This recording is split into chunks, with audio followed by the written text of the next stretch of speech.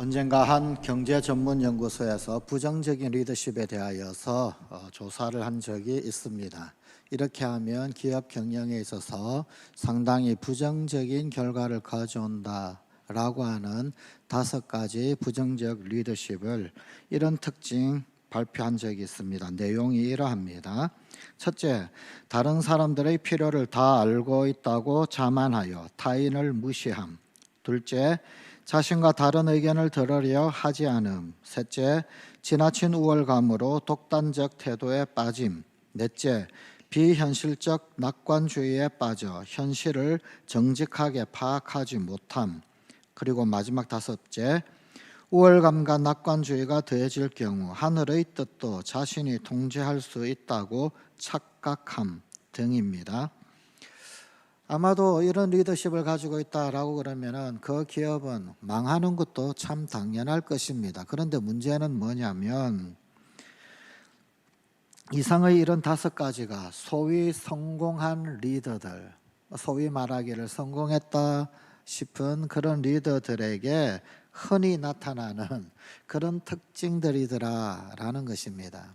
여기에서 빨리 깨어서 탈피를 하게 되면 그 기업은 계속해서 발전하는 방향으로 나아갈 수 있지만, 그러나 지금 당장 발전되어져 있고 상황이 좋고 성적이 좋다 할지라도 그만 여기에 빠져서 헤어나오지 못하면 그 기업은 쇠락하는 수순으로 갈 수밖에 없더라라는 것입니다. 자, 이러한 특징들이 결국은 자기 자신이 이끄는 사회를 병들게 하고 그 조직을 다 병들게 합니다. 제너럴 일렉트릭, 미국의 GE사라고 그러죠. 이 회사의 회장을 역임했던 잭 웰치라고 하는 분이 있습니다. 이 잭 웰치가 자신의 오만한 착각이 얼마나 큰 실패를 가져왔는지를 회상했던 적이 있습니다. CEO로서 내 일생에 내린 최악의 의사결정은 투자은행 키드 피바디를 인수한 일이다. 당시 나는 자만에 빠져 하는 일마다 잘 될 것이라는 생각을 했다. 정상의 자리에 올랐을 때 찾아오는 위기는 과거 자신이 있었던 아래의 세계를 망각하는 것, 과거에 있었던 그 밑바닥의 세계를 망각하는 것, 바로 그 일입니다. 그때 오히려 위기가 되더라. 오늘 우리에게 주신 하나님의 말씀에서도 우리는 모든 것을 다 이룬 한 왕을 만납니다. 그리고 그에게서 오만한 착각을 보게 됩니다. 오늘 본문 말씀 다윗의 비전으로 시작을 합니다. 그리고 그의 비전은 하나님을 향한 마음으로 성전을 짓는 일입니다. 좋은 것이지요. 참 갸륵한 마음 아닙니까? 하나님을 향한 다윗의 사모함은 특별났습니다. 하나님을 위하여 하나님께서 거하실 집을 자신의 백향목 궁보다도 더 견고하고 더 아름답게 지으려고 합니다. 본문 1절은 다윗의 비전을 이렇게 시작하여 소개하고 있습니다. 여호와께서 주위의 모든 원수를 무찌르사 왕으로 궁에 평안히 살게 하신 때. 이 짤막한 구절, 그러나 이 구절의 말씀은 다윗의 내적 동기가 무엇인지를 알려주는 아주 중요한 단서가 되는 말씀이기도 합니다. 다윗이 왕궁에 평안하게 살게 되었다. 왕궁에 평안히 살게 되었다. 성경은 이렇게 소개를 하고 있습니다. 고대 근동 지역의 정치에 있어서 왕이 왕궁을 소유하게 된 것, 이것은 그의 신분에 있어서 아주 중요한 상징적 표시였었습니다. 그것도 그럴 것이 이스라엘의 초대 왕이었던 사울 왕, 그 사울 왕 이야기에 전혀 기록되지 않은, 전혀 나타나지 않은 두 번째 다윗 다윗 왕 시절에 나타나는 중대한 변화, 배경이 있습니다. 왕궁입니다. 사울이 왕이었을 때는 사실은 왕궁이 없었습니다. 왕궁에 관한 이야기가 전혀 없습니다. 그런데 다윗이 왕이 되고 난 다음에 왕궁에 관한 이야기가 나옵니다. 왕궁에서 일어나는 많은 일들, 심지어 음모, 술수까지도 이 궁궐에서, 왕궁에서 많이 일어남을 보여주고 있습니다. 자, 이 궁궐, 이 왕궁, 특별히 이 본문 2절에서는 다윗이 나는 백향목 궁에 살거늘 이라고 말합니다. 백향목은 고대 근동 지역 가운데서 신전이나 혹은 아니면 왕궁의 치장용, 장식용으로 권력자들 그리고 또한 부자들에 의해서 많이 사용된 제목입니다. 어떤 과시용으로 이 백향목을 사용을 하곤 했었습니다. 이런 모든 표현들은 다윗이 이제 다른 모든 나라들조차도 인정을 하고 있고 또한 그들에게 과시할 만한 어떤 위상이 되었다라고 하는 것을 보여주고 있습니다. 고대 사회에서 통치자들의 성전 혹은 아니면 신전 건축 이 또한 종종 통치자의 권력을 합법화하는 장치 가운데 하나였습니다. 곧 자신들이 지은 성전에 하나님을 거하게 함으로써 통치의 정당성을 세우려 했었습니다. 성경은 이러한 표현들을 보여주며 다윗의 동기를 은연중에 드러내 보여주고 있습니다. 다윗의 동기는 하나님을 향한 순수한 사모와 충성이 아니라 자신의 능력에 따르는 자만과 우월감입니다. 또한 과시이기도 합니다.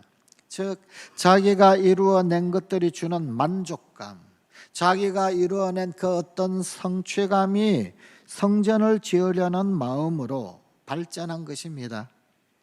하나님께서 그의 원수를 소멸시키시고 그로 평안함에 거하게 하셨음에도 다윗은 어느새 자신이 모든 것을 통제해왔다, 자신이 모든 것을 이루고 성취했다, 자신이 모든 것을 알고 있었으며 마치 자신이 모든 것을 이룬 것처럼 생각하고 있었습니다. 하나님은 다윗의 중심 어린 듯하지만 그러나 실상 그렇지 못한 이 비전에 대해 선지자 나단의 입을 빌어 말씀하십니다. 본문 5절입니다. 내가 나를 위하여 내가 살 집을 건축하겠느냐. 이 구절의 말씀은 일반 의문문이 아닌 반문입니다. 의문문과 반문은 완전히 그 뉘앙스가 다르지요. 하나님은 반어적으로 다윗의 영웅주의적 의중을 덜추어내고 계신 것입니다. 네가 왕이 되고 궁궐을 짓고 그것을 백향목으로 잘 치장을 하고 사니까 이제 나의 집도 네가 만들 수 있다라고 그렇게 생각하느냐. 다윗은 자신의 오만한 우월심을 신앙이라고 착각을 했습니다. 그는 하나님을 만홀히 여겼습니다. 우리도 종종 이런 착각을 할 때가 있습니다. 나의 열심, 나의 수고, 나의 노고, 나의 모든 충심. 그런데 그것을 신앙이라고 착각할 때가 간혹 있습니다. 사실은 나의 어떤 성취, 나의 어떤 발자취인데 하나님께서 인간을 만드셨습니다. 그렇기 때문에 인간의 크기와 넓이는 하나님을 가둘 수가 없습니다. 하나님을 가두지 못합니다. 그러나 다윗은 하나님을 자신의 백향목 궁의 크기와 넓이, 높이와 길이에 견주었습니다. 몇 년 전에 우리 사회의 지성인이며 그리고 또한 원로여셨던 그 어떤 한 분이 우리 한국교회를 일갈하기를 한국교회가 천박한 지성주의에 빠져 있다라고 지적했던 때가 있었습니다. 명실공히 한국교회는 세계 교회들이 주목하는 위상이 되었습니다. 130년 이 기간 동안 이만큼 교회가 성장한 나라가 없었고 그리고 기독교 역사가 없었습니다. 이 130년 동안 이만큼 세계 선교사들을 파송했던 전례도 없었습니다. 지금 현재까지도 절대 숫자는 미국이 세계 선교사를 가장 많이 파송한 나라지만 인구 대비 비율로 따진다면 우리나라가 비율로는 전 세계 가장 많은 선교사를 파송한 비율을 가지고 있습니다. 그래서 세계 교회의 여러 모임 혹은 회의에서는 한국 교회의 발언에 귀를 기울입니다. 한국 교회가 발표하는 사례들에 대하여 관심을 많이 가집니다. 그 어떤 부분 가운데서도 신학 혹은 아니면은 교회에 관한 어떤 세계적 모임에서는 한국의 말에 귀를 기울입니다. 그런 위상이 되었습니다. 그러나 이 높아진 위상의 그늘에는 한국 교회와 또 기독교인들의 무례한 오만함이 짙게 드리워져 있다라고 일가를 했습니다. 그분의 경험입니다. 어느 한 교회 주일 예배 참석을 했습니다. 수많은 성도들이 가득 차 있는 교회였습니다. 소위 말하는 메가처치.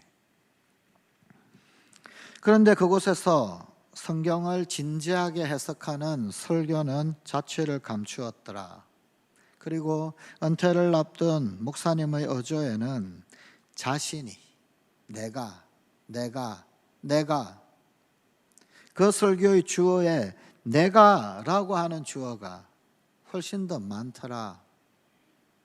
그리고 자신이 힘들게 일군 교회이니 망가뜨리지 말아달라는 당부가 이어졌다고 합니다. 필요한 수도 있는 설교라고 생각합니다. 또 여호수아처럼 그렇게 당부할 수도 있는 것 아니겠습니까? 그런데 그 전체 뉘앙스, 그 전체 어조, 그 안에서 전적인 하나님의 은총으로 이루어졌다라는 겸약은 찾아보기 힘들더라. 오직 하나님은 은혜였다. 은혜의 고백은 찾아볼 수가 없었더라 라는 것입니다. 지금은 잘 되고 지금은 그럴듯한 모양새를 갖추었지만 이내 곧 얼마 지나지 않아서 교회의 모습이 어떻게 될런지 가히 아주 쉽게 짐작 가능하더라라는 일가를 퍼부었습니다. 우리 한국교회의 유례없는 성장 그리고 또 오늘날 세계를 향한 영향력은 사실 하나님의 전적인 은총의 역사입니다. 우리 주님 예수님께서 비유하신 포도원 품꾼의 비유 가운데 우리 한국교회는 오후 6시에 포도원 주인이 부름을 받은 그 마지막 품꾼과도 같지 않습니까? 사실 그렇지 않습니까? 교회의 역사, 우리 기독교 역사, 그 모든 인류 역사를 비견해 보아도 오후 6시에 주인에게 부름을 받은 그런 포도원 품꾼, 그게 우리 한국교회 솔직한 지위 아닙니까? 하나님께서 우리의 교회를 세우셨고 하나님께서 이 땅의 교회를 통해서 일하시고 하나님께서 교회를 이끌어 가신 것이지요. 그러나 오늘 세계교회의 주목과 부러움을 사고 있는 한국교회는 마치 능력 있는 목사들의 설교와 능력 있는 성도들의 기도의 수고로 이루어졌다라고 착각을 합니다. 목회자가 성직자이기 이전에 경영인을 자처하고 성도들이 신앙생활을 개인의 사회생활의 연장으로 생각을 할 때 우리는 하나님이 주신 모든 복을 누리면서 어느새 우리 개인의 비전을 하나님의 뜻이라고 착각하게 됩니다. 나의 비전, 나의 뜻, 나의 계획인데 이것을 하나님이 주신 비전이라고 하나님의 뜻이라고 우기기도 합니다. 심지어 우리의 비전이 하나님의 뜻이 되어야 하는 것으로 강요하기도 합니다. 오만한 다윗처럼 어떤 경우에는 하나님이 거하실 하나님의 집도 몇백억 원이라도 들여 자신들이 충분히 지을 수 있는 것으로 착각하는 듯합니다. 본문 2절 말씀입니다. 나는 백향목 궁에 살거늘 하나님의 궤는 휘장 가운데 있도다. 오늘 우리는 한국교회의 위상을 자랑합니다. 그러나 어쩌면 하나님을 세속화시키고 믿음은 천박해져 가는 것은 아닌지 심히 두렵습니다. 여호와께서는 나단 선지자에게 말씀을 주셔서 다윗의 성전 건축을 철회시키셨습니다. 본문 6절 7절입니다. 내가 이스라엘 자손을 애굽에서 인도하여 내던 날부터 오늘까지 집에 살지 아니하고 장막과 성막 안에서 다녔나니 이스라엘 자손과 더불어 다니는 모든 곳에서 내가 내 백성 이스라엘을 먹이라고 명령한 이스라엘 어느 지파들 가운데 하나에게 내가 말하기를 너희가 어찌하여 나를 위하여 백향목집을 건축하지 아니하였느냐고 말하였느냐. 여호와 하나님은 사람이 지은 곳에 제한될 수 없습니다.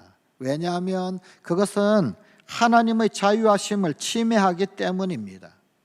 다윗은 왕권의 힘으로 하나님의 자유를 관리하고 통제할 수 있으리라 생각했습니다.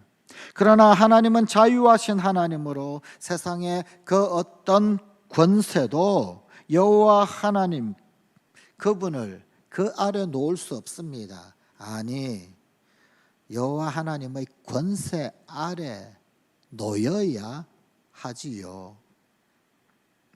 본문 11절 12절은 다윗의 비전이 얼마나 오만한 착각인지를 보여주고 있습니다.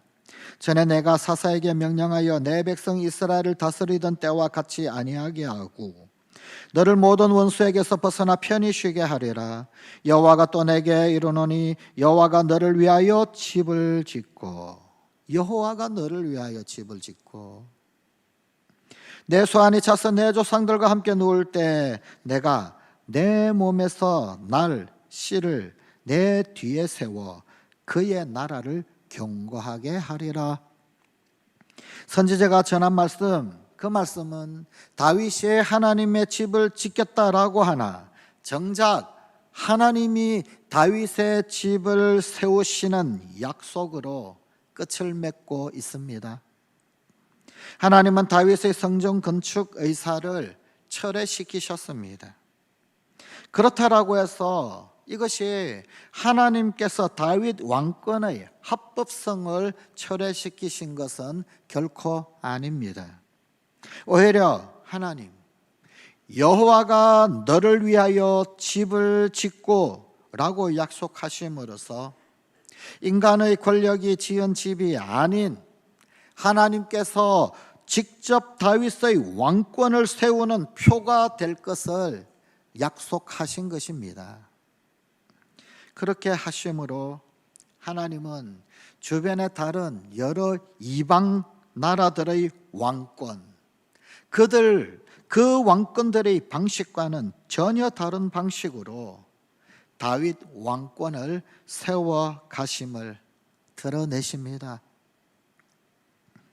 다윗은 그가 가진 힘과 지위로 하나님을 위할 수 있다라고 생각했습니다. 그러나 정작 하나님이 다윗을 위하여 일을 하셨습니다. 그는 어쩌면 전도자의 교훈을 깨달았을 것입니다. 전도서 2장 11절의 말씀입니다. 그 후에 내가 생각해 본즉 내 손으로 한 모든 일과 내가 수고한 모든 것이 다 헛되어 바람을 잡는 것이며 해 아래서 무익한 것이로다. 결국 다윗은 쉬지 않는 하나님의 은총 앞에서 세속적 크기와 넓이, 그 너머에 계시는 광대하신 하나님을 깨닫습니다. 코로나19 이후 우리 한국교회는 큰 과제를 떠안았습니다.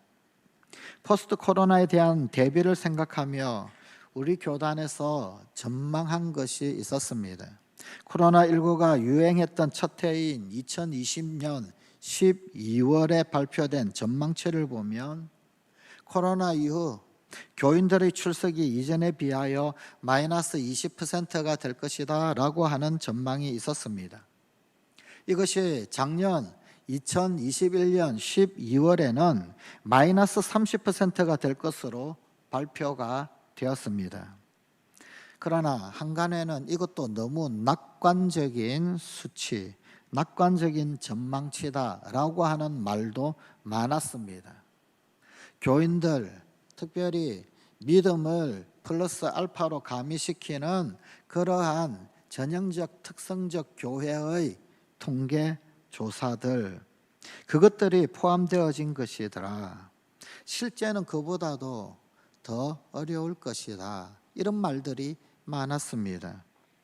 또 앞으로 대유행의 파도가 덮쳐올 때마다 그 마이너스 전망치는 더 증가할 것이라는 말도 지금까지도 많이 회자되고 있습니다.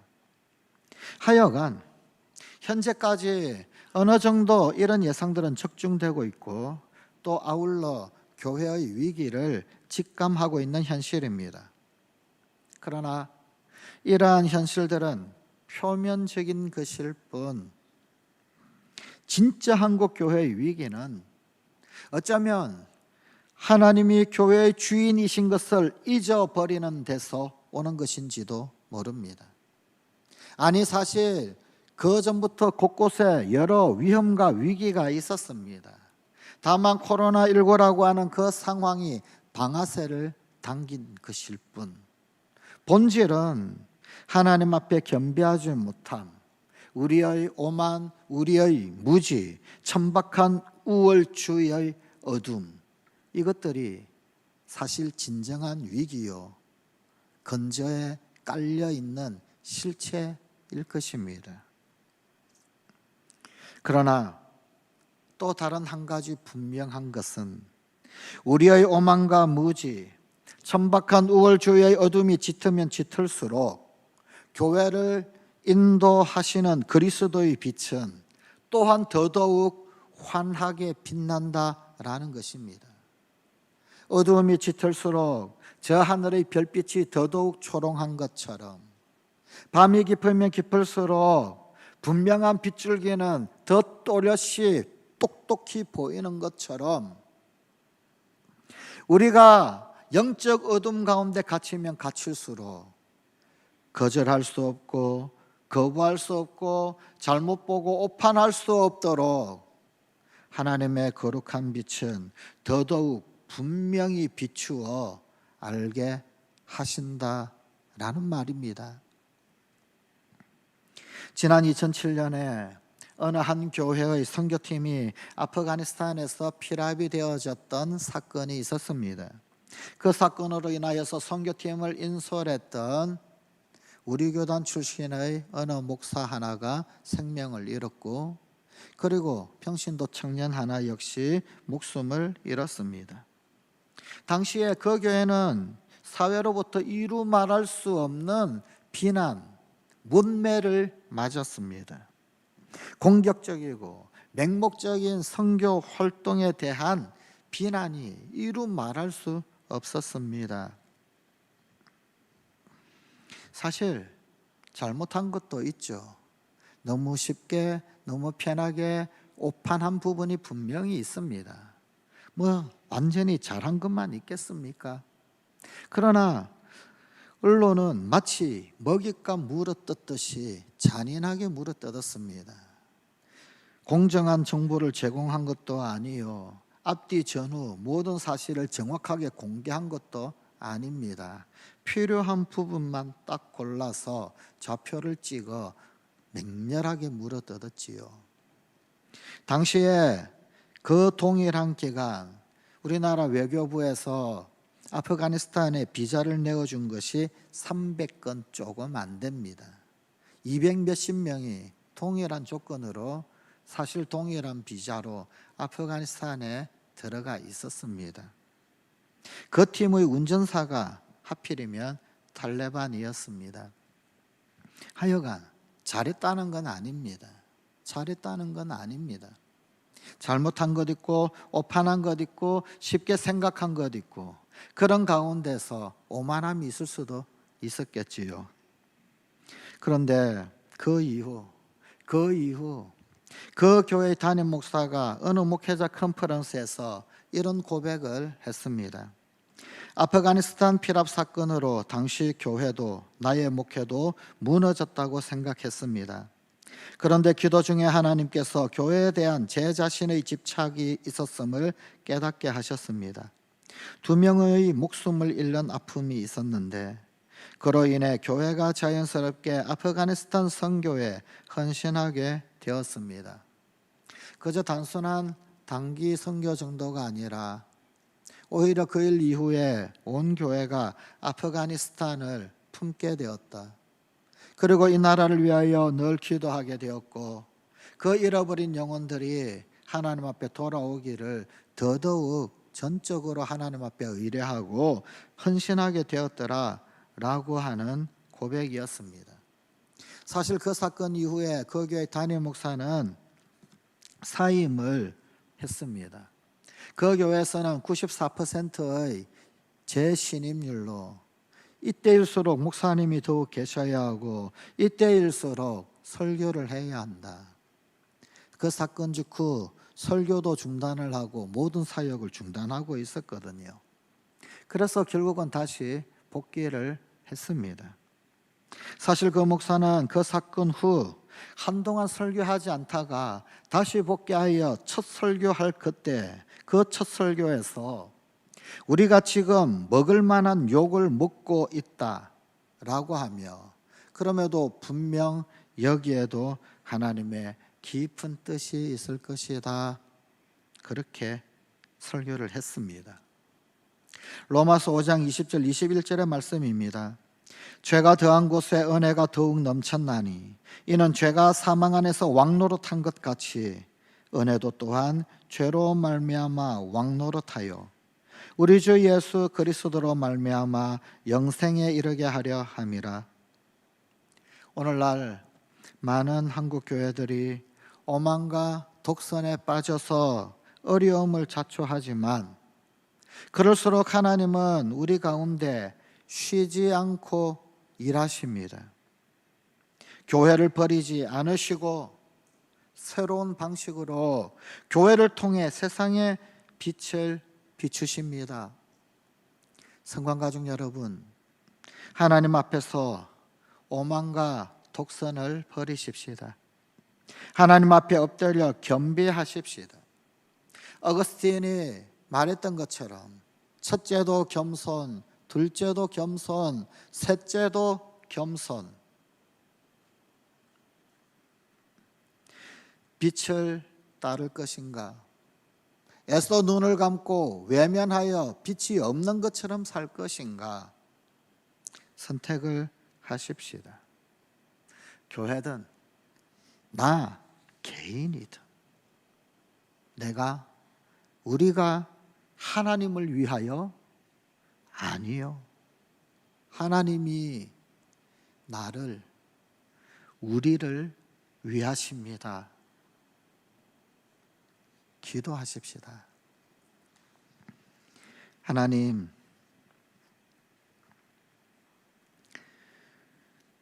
주님을 위하여 뭔가 이룩하고 성취하고 드러내고 자랑할 만한 것들이 많이 있을 것 같지만 그러나 알고 보면 그 모든 것이 은혜였고 하나님이 허락하신 것이며 하나님이 인도하시고 하나님이 우리를 위하신 것임을 지금이라도 깨달아라. 우리 주님 앞에 첫째도 겸손, 둘째도 겸손, 셋째도 겸손. 그러므로 하나님께서 우리를 위하여 행하시는 그 일들이 더더욱 드러나며 빛이 나게 되는 진정한 하나님 은혜의 통로가 되는 이 땅의 교회들이 되며 우리 성관 가족들이 다 되게 하여 주시옵소서. 나는 죽고 주님 살아, 최고 영광이 되게 하여 주시옵소서. 우리가 주님을 위하여 한 것이 드러날 때 그 모든 것들이 오염되어 버리지만 주님이 우리를 위하여 하신 것이 드러나면 드러날수록 더더욱 더 초롱초롱해지며 맑아지는 것을 보고 목도하게 하시고 이 위기의 시간, 위기의 세월에 오히려 더더욱 맑고 명롱한 우리 주님의 역사하심, 우리 하나님의 일하심이 더욱더 똑똑히 보여 알게 되는 그 놀라운 은혜 가운데 서 있는 이 땅의 교회들이 되며 우리 성관 가족들이 되게 하여 주시옵소서. 우리 주 예수님 이름으로 기도드리옵나이다. 아멘.